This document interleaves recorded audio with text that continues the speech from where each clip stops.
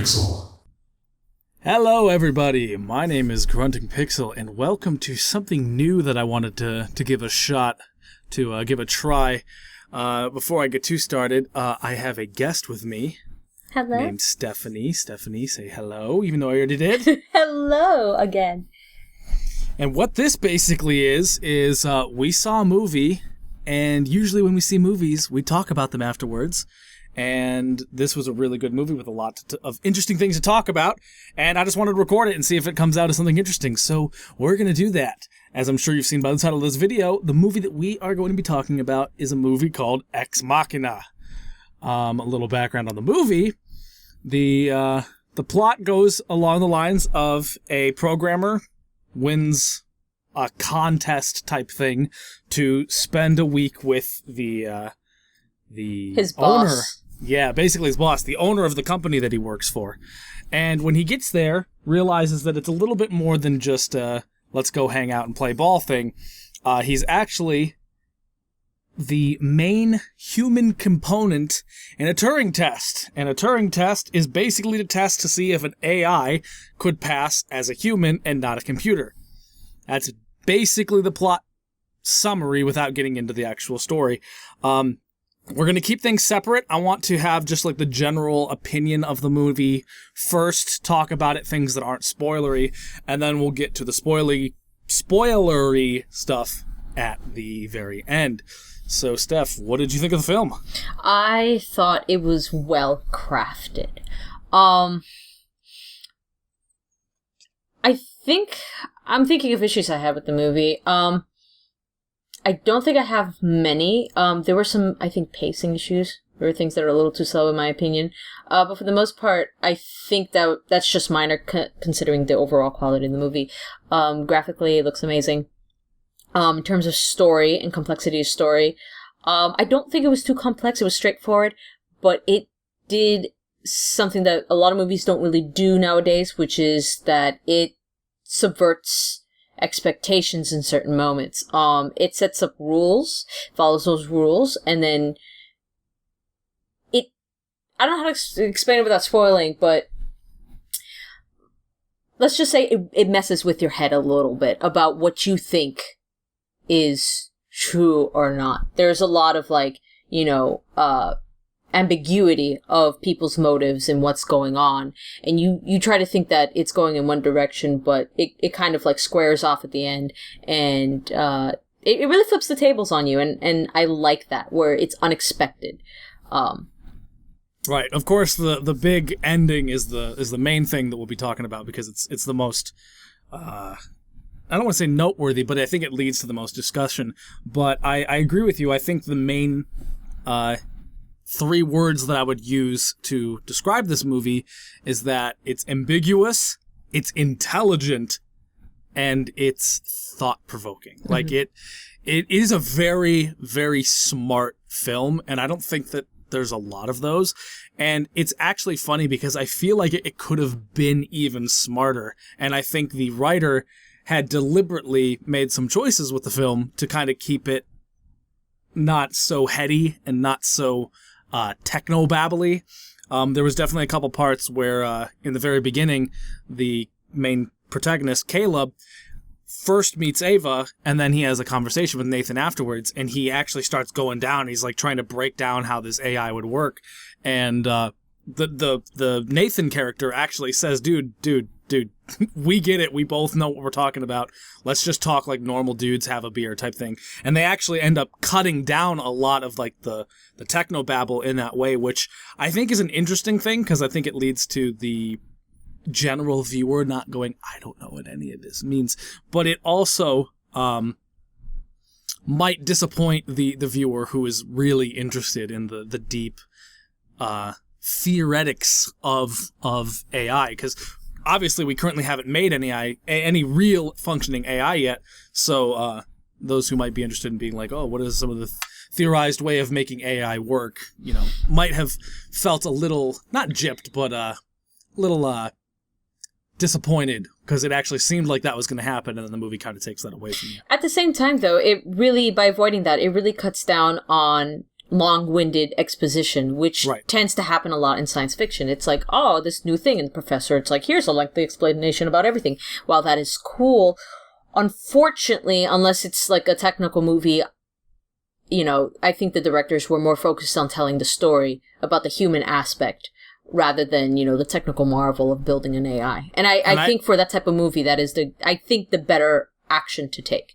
I would agree, except when I hate the exposition technobabble is when it's like super science fiction, where it's just like, oh, our warp drive is overloaded with a power conductor of 14.2 to the 9th power. Like when it's like that type of shit, where it's like that's not even real like logic. That's you made that up. It's what the movie started. But AI is so on the cusp. Like that is going to be one of the next things that we do. So it's to me becoming a lot less sci-fi becoming more sci-theory. And I'm interested in sci-theory. Yeah. So I agree with you, and I think a lot of people even agree with you even with sci-theory, where they're like, I don't give a shit about the psychobabble. Show me the robot with tits. Like, you know, and for those people, that type of part of the movie would have been a downer. So I get it. Trust me, I understand. I guess another way to look at it is that the writers of the film, you know, didn't have a full understanding of AI because, like you said, since we're getting close to, like, you know, it becoming sci-theory, it's hard to fake things without sounding incorrect or, you know, insane. Like, for example, I'm sure 50 years ago, if you were talking about, like, flying cars, you could said they ran on electrified magnesium, and people were like, oh yeah, that sounds right. But, you know, if you talk about that now, you know, it's going to get criticized.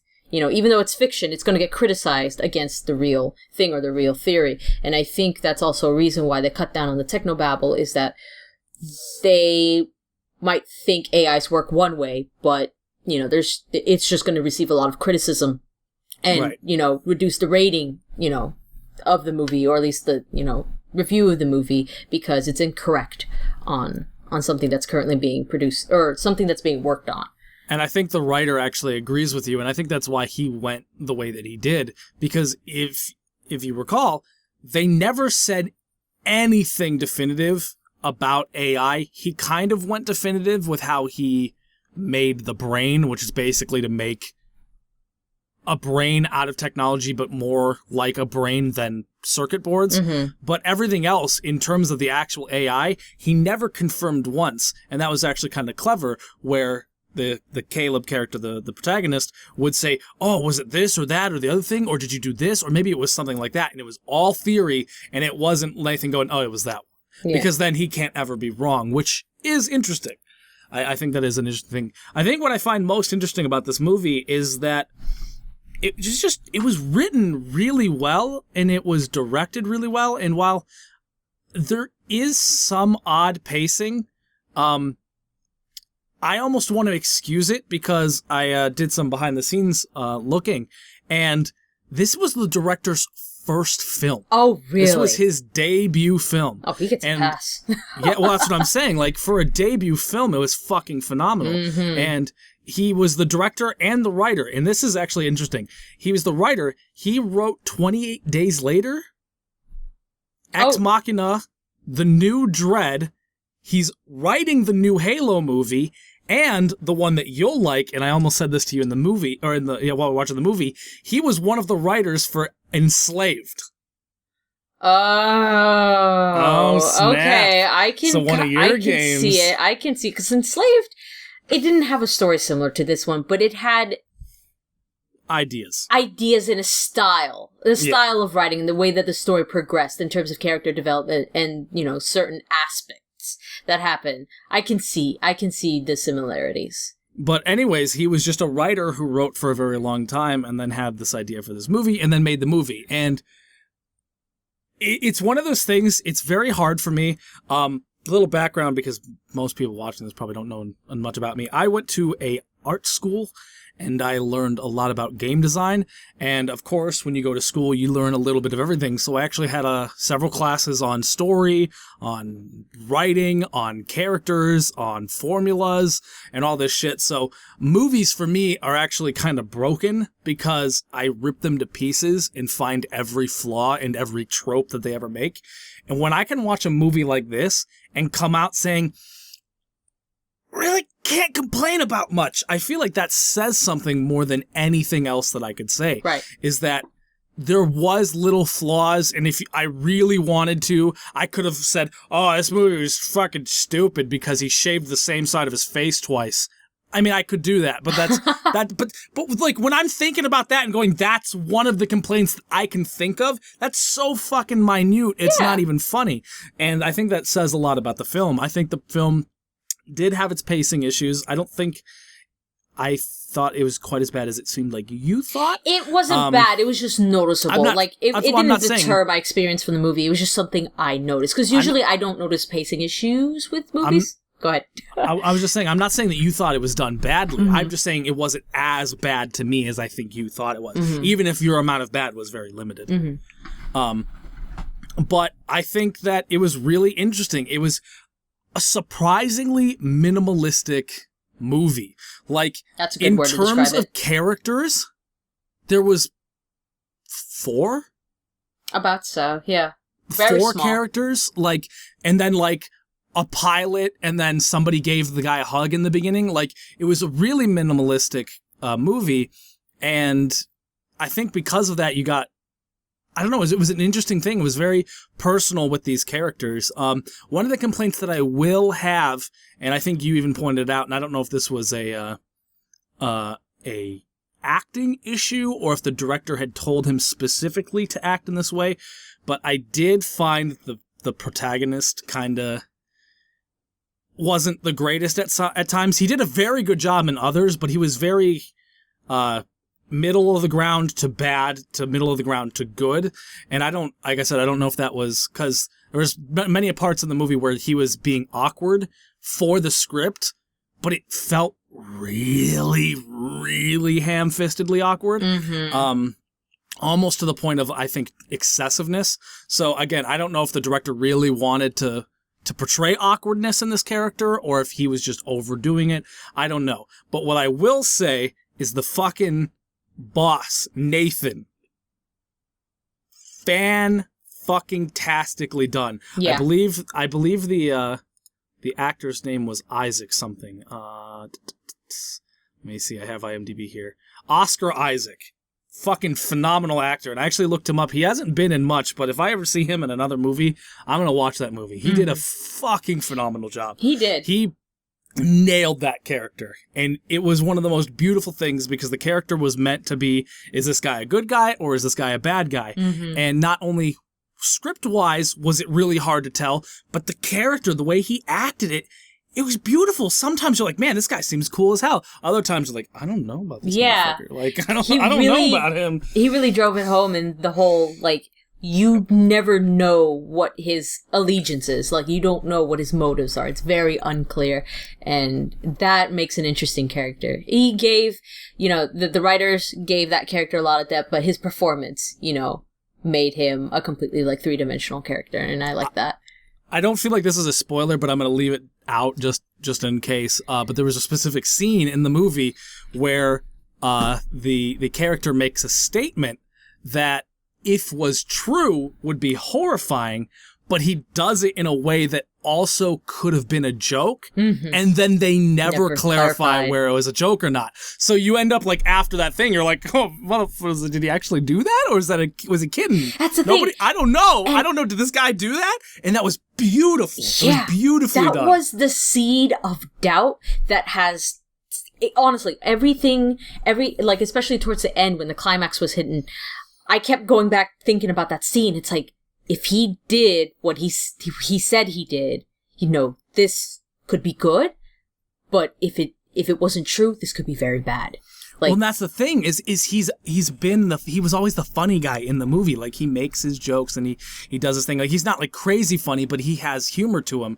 And so when they have that little exchange and he makes that statement, he looks up at the main character with like kind of like a half smirk of like, you know, could be joking, could not be, and they never clarify that. And I think that was really, really well written, but also really well acted. He was incredibly believable, and you never knew. Like, when he walked on screen, you didn't know whether or not it was going to be a good or a bad thing. And I think that's really awesome. Yeah. I think they did a really good job. They made him really fun and really intimidating at the same time. And it's a really intriguing character. Yeah, so I'd like to see this movie again, but like, knowing what I know now, like, I want to go back and see, like, if I can see, you know, the character in a different light.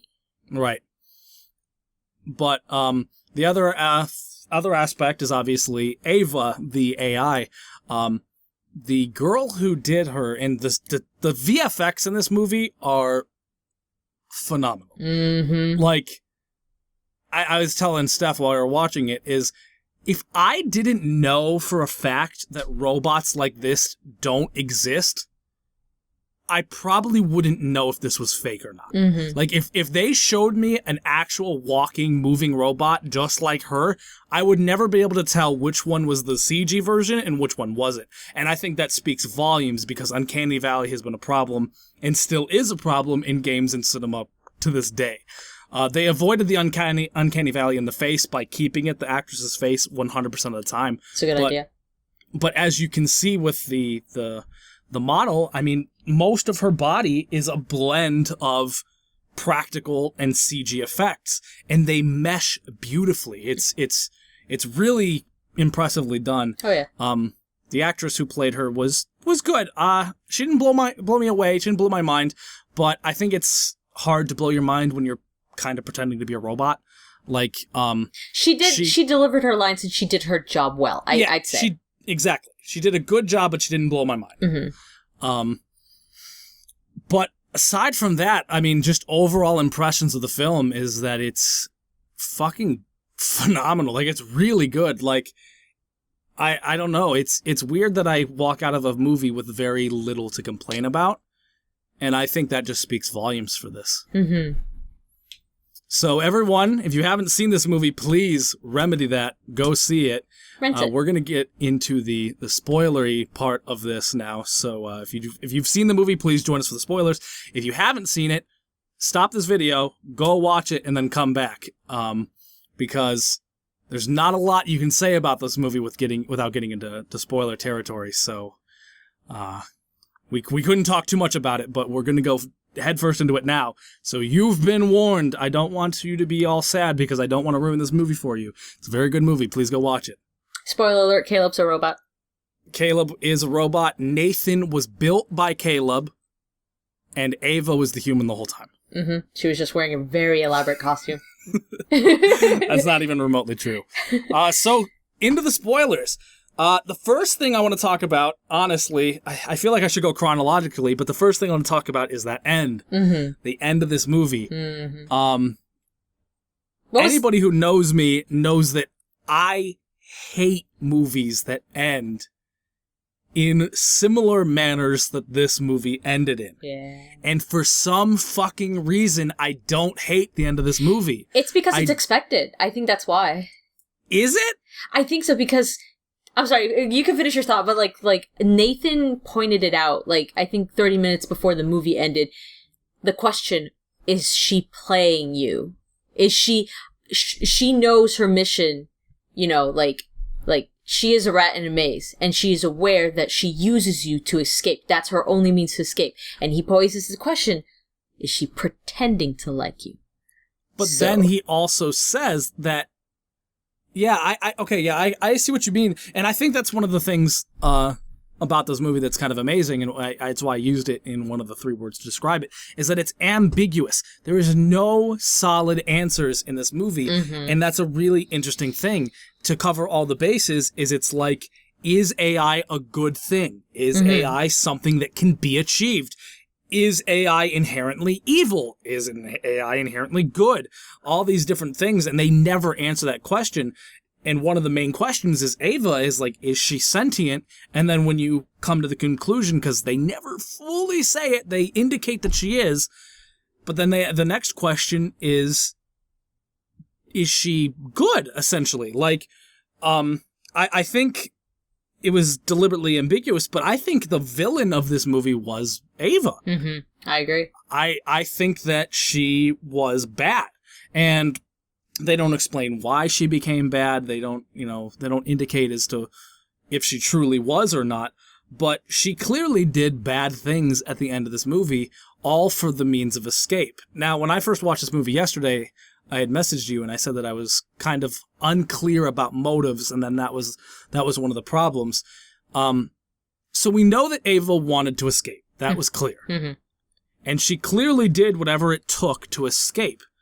But the question I have about her motives is, I get why she would want to stop Nathan. Because Nathan would find her and take her back. I have no fucking clue as to why she also horrendously left Caleb there. Yeah. Caleb has done nothing wrong. He wasn't going to turn her in. Mm-hmm. He wasn't going to hurt her. He wasn't doing anything wrong to her. And yet she still left him to starve to death and die. Mm-hmm. And that seemed a bit extreme to me. Like, and then that goes back to the ambiguous, is does she have emotions? Because that is a very unemotional thing to do. But why would she want to escape if she didn't have emotions? Right. I think, because I was thinking of, like, you know, the evolution of AI and, like, what steps does it take to turn from a machine to a human? And, you know, when you break down humanity, it really comes self-preservation first, then empathy to others, you know, and help others. It's usually number one, then empathy. I'm sure, like, when you grow up, you know, you learn through society or wherever means you've learned that, you know, help others, you know, as well, or help others first. You know, we have the idea of, like, martyrs and things like that. But I think in the natural progression of, like, psychological evolution, I think survivalism comes first. Now, again, I agree with you. Caleb hasn't shown any indication of him harming Ava. In fact, being a good tool to, he took a risk, and he took a huge risk for her. And he said he freed her. He was the one who freed her. But I think she saw it less of he freed her and more like she used him to free herself. And again, maybe she hasn't developed empathy yet, which is why, you know, towards the end of the movie, even though Nathan's all like, oh, she's, you know, she's sentient or whatever, or like she is AI, there was a point in the movie where he's like, the next model will be perfect, indicating that maybe Ava is close, but not there yet in becoming fully human. But at the end, he said that she was there. Right, okay, so after discovering that she had used them the way she did, right. And I think the director and the writer, because they're the same person, I'll just call him Alex because that's his name. I think he did it on purpose. I think he deliberately left it where it was just like, wait, why would she do that? Is she really AI? Is she not really AI? Because there's a question posed kind of towards the middle of the movie. That was a really good question. And the metaphor, again, I have to reiterate, this movie was intelligent as hell. It was super smart. And there was the question of, you have a computer that can play chess, but you can't test that computer's brain without taking it outside of that, without testing it in an environment that's not chess. Mm-hmm. They word it way better than I could. But the question ends up being is they have to do the same thing with Ava. Mm-hmm. You have to take it outside of the situation to find out the difference between if she is simulating or if she's actually AI. And I thought that was a really cool question, but they never went back to that. Like, the character Nathan asks him about it at the end, but they never did that test. And maybe the writer didn't know how to do that test or what the reason is, but I thought that it would have been a really interesting thing that they kind of left out of the movie for whatever reason. Mm-hmm.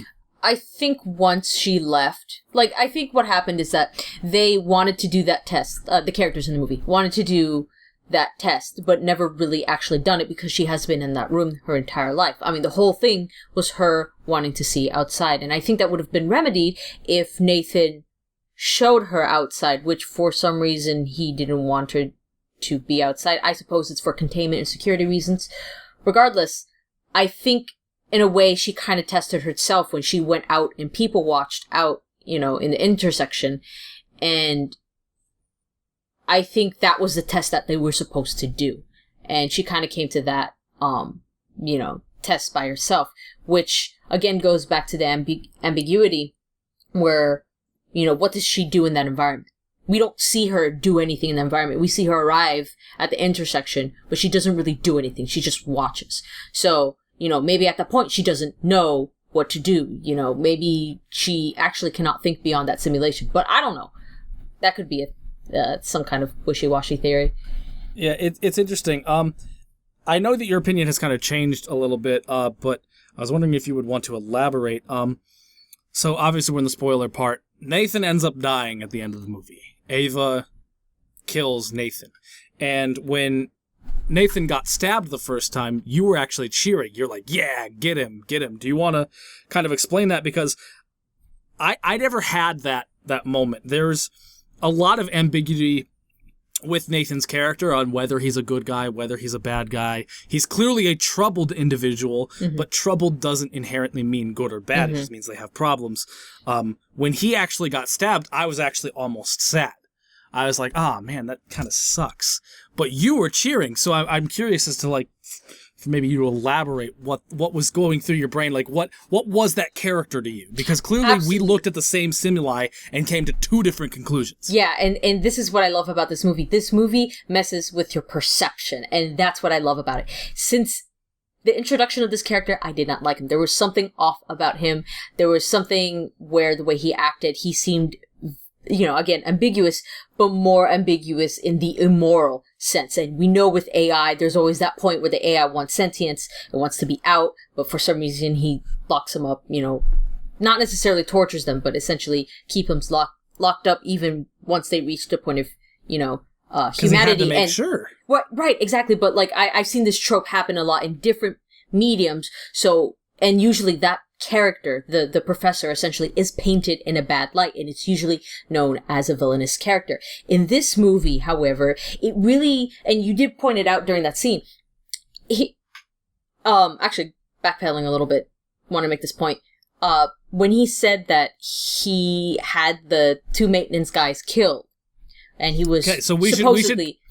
We should clarify that scene because we didn't actually say that. I mean, they've seen the movies, they already know it. Yeah. But that was the scene that we were talking about where he's just like, there was too much secret here, so I had the maintenance men killed. Yeah. And then never, like, it's kind of like, is that a joke or did you actually kill these guys? Right. Like, I personally took that as a joke. I took it. He doesn't look like the kind of person, especially through his actions, that would murder. He clearly wanted to, I don't want to say solve problems, but he wanted to find answers, and he wanted to create that, and he did it, and he's secluded, and he's awkward, and he's kind of an asshole, and things like that, but nothing that they ever showed him do was purely villainous. Like, when Caleb completely betrayed him, he was totally okay with it. And the only time that he even struck Caleb was when Caleb really, really betrayed him. And he had to do it so that he could go and solve the problem. The only time he struck anybody else is after Ava had already attacked him. He clearly isn't a violent individual. So, or at least based on what we could see. So I don't think that he did. I think that he was being a snarky little piece of shit. Well, towards the end of the movie, I have come to that conclusion again. I'm like, well, all right, he must have been joking. But the thing is that at that point, right, he seemed unhinged. He seemed like a very obsessive person. And sometimes when people become obsessive, they get desperate and will do whatever it takes. Even something that would be normally uncharacteristic, they will do it for the sake of their, project, the thing that they slaved over years and years. They don't want things, that he spent so much time and, go to waste.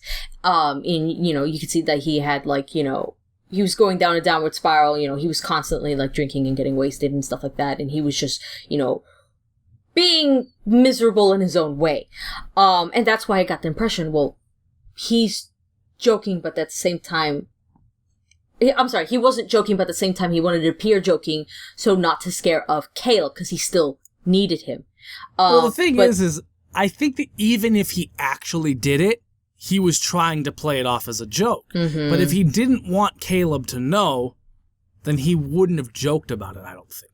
Perhaps, but at the same time, I think it's kind of like putting him in its place where, listen, this is a huge project to me, so I know you signed an NDA and everything, but seriously, there's a risk to doing this. If you don't do what you're supposed to do, there are consequences to put him in his place, because this is a very delicate project he's been working with.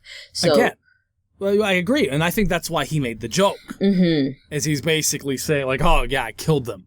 As kind of a way of saying, I'm just kidding, but seriously, I'll kill you. Yeah. You know what I mean? Yeah.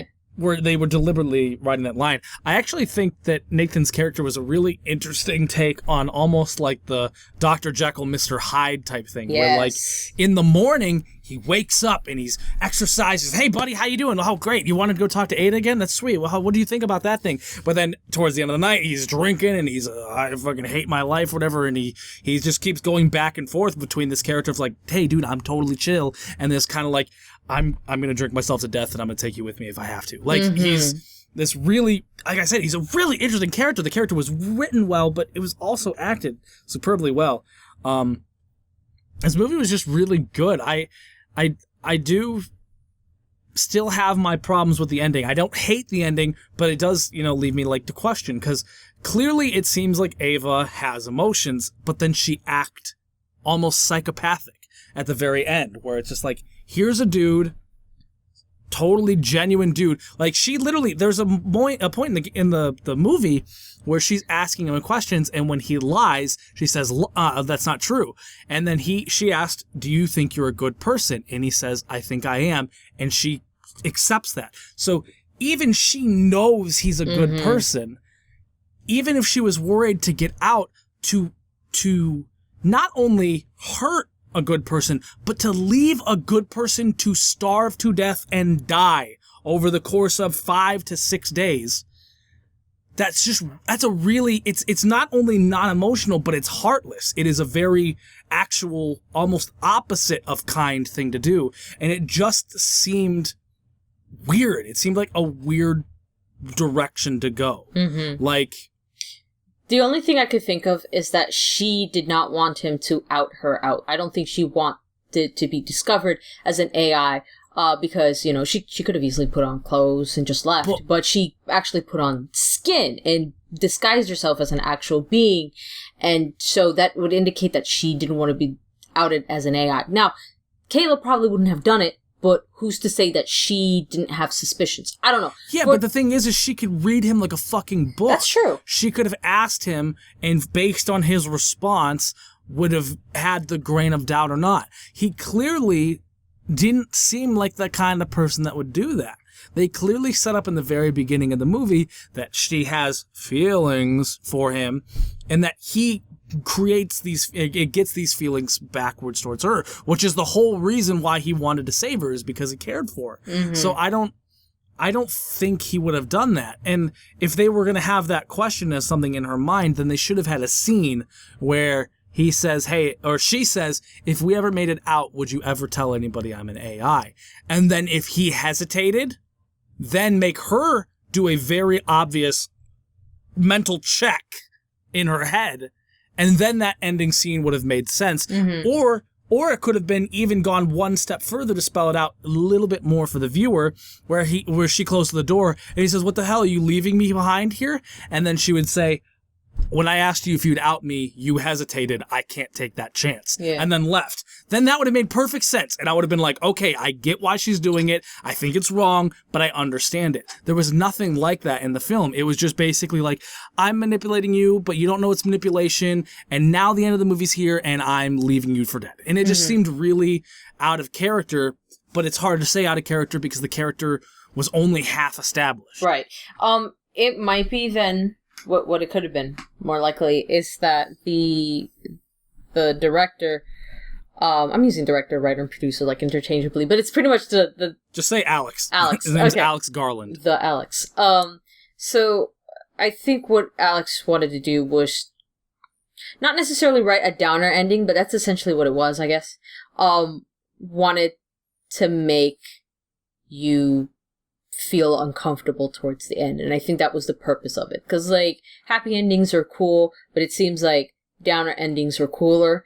And while at the surface it seemed like, oh, bad guy was killed, AI escapes, sucks that the other guy, got the short end of the stick, but in reality when you look at it, it's like this ambiguous, almost scary, because you don't know what her intentions are. AI essentially kills 2 innocent men and leaves in a chopper to the city, like that to me, it's, I don't know, I think has a greater impact than, because I think artists have a tendency to enjoy watching the audience writhe in pain, because I don't know, I noticed that's like a thing that happens. No, that's called masochists, but not artists. That just because the artist is also a masochist does not mean that all artists do that. I am an artist, and I know many other artists who do not enjoy that. Oh, so yeah, it's sadism. It's sadism when you enjoy seeing other people like in pain. But like same thing. Masochist if you enjoy receiving pain. But like I mean I see that as a common thing with artists. Like, I mean, it's not all the time, but I do see that a lot. At least a lot of the material that I Yeah, but you're also looking at a very small thing. It's really easy to look at something and then make a justification that fits, even though that justification is only perceived. Right. I mean, that's just a guess, really. I mean, for all we know, maybe there was a thing that was established somewhere in the story where she could not trust him, or maybe it was just one of those things where like we want to make the audience feel sad. Who knows? The thing is like I said, and I mean, I kind of talked about this. I typically don't like downer endings. But I think that I wouldn't have minded this downer ending if it didn't seem out of character. And again, I kind of half said this, we don't really know who this character is, so you can't say it's out of character or not, but it felt like that to me. That the information that was shown to me on screen led me to believe that this was an out of character action. Now, what you just posed there is actually a way that I hadn't quite thought of it, but does make sense, where it was a super smart guy just trying to make it work, a super nice guy, and then an AI that didn't give a fuck about either of them and just pretended that she did. And I think that's cool. I think that's a good idea. It's like, okay, the AI was bad. It was a bad AI. I just wish they would have hinted that. Like, they give her some creepy, like, uncanny things, and she's like, you can't trust Nathan and this type of thing. But there was never a point in the movie where the audience could have, or that was a deliberate thing to the audience to say, oh, there's something weird about this AI. And I think that the reason they had to do that is because they wanted you to root for her. But if you don't plant those seeds of doubt, then it does blindside the audience. And it's not always the greatest thing to do. And I'm not saying that they needed to have many scenes where she was doing horrible things, but just little things, little tiny seeds that you go, I don't know about this girl. She's weird, something weird about her. I like her and I'm rooting for her, but there's just, it's basically the same thing that you had with Nathan, except for a little less extreme. Yeah. I was rooting for Nathan. I think he was kind of fucked up. And the whole time I'm like, I don't fucking know. I don't fucking know about this guy. What is wrong with this dude? He's so nice, but then he says that. And they should have had that same type of thing for Ava if she was going to ultimately be the villain. Precisely. I agree with that. So it is interesting. I like it. I think it was good. It's one of those things, like I said, pen and paper, if you had just written the end of this movie, like, give me the plot synopsis or the summary or whatever it is, like the intro, like bare level, like there's a guy and he's a guy and there's an AI and then they're just doing a Turing test, and then said the movie ends with the two guys dying and the girl leaving the good guy. Like, I would have been like, what the fuck? Mm-hmm. Sounds like such a shitty ending. What the fuck? But for some reason, I don't hate it. I don't like it. It's not a great ending, but I don't hate it. And I think that says something about this movie, that like it was just all in all so good that even a bump in the road didn't spill your drinks. You know what I mean? Like, yeah, I think that like that vagueness of everything really helped. I think that like fog of war of intentions really helped you feel a little bit more comfortable about that ending than if all the characters were played straight. Because the thing is that what sucks about downer endings or endings where characters act uncharacteristically is that that's what happens when rules were established and they are broken for no reason at all. In this movie, there are some rules that are established for certain characters, but not all the rules have been cleared up, so there weren't any rules to break necessarily. So only half rules. There were rules to break, but they were half there and therefore half broken. And so the rules felt bent rather than broken. So which kind of gives you the impression of like, hey, that feels uncharacteristic, but at the same time you weren't sure what our intentions were in the first place.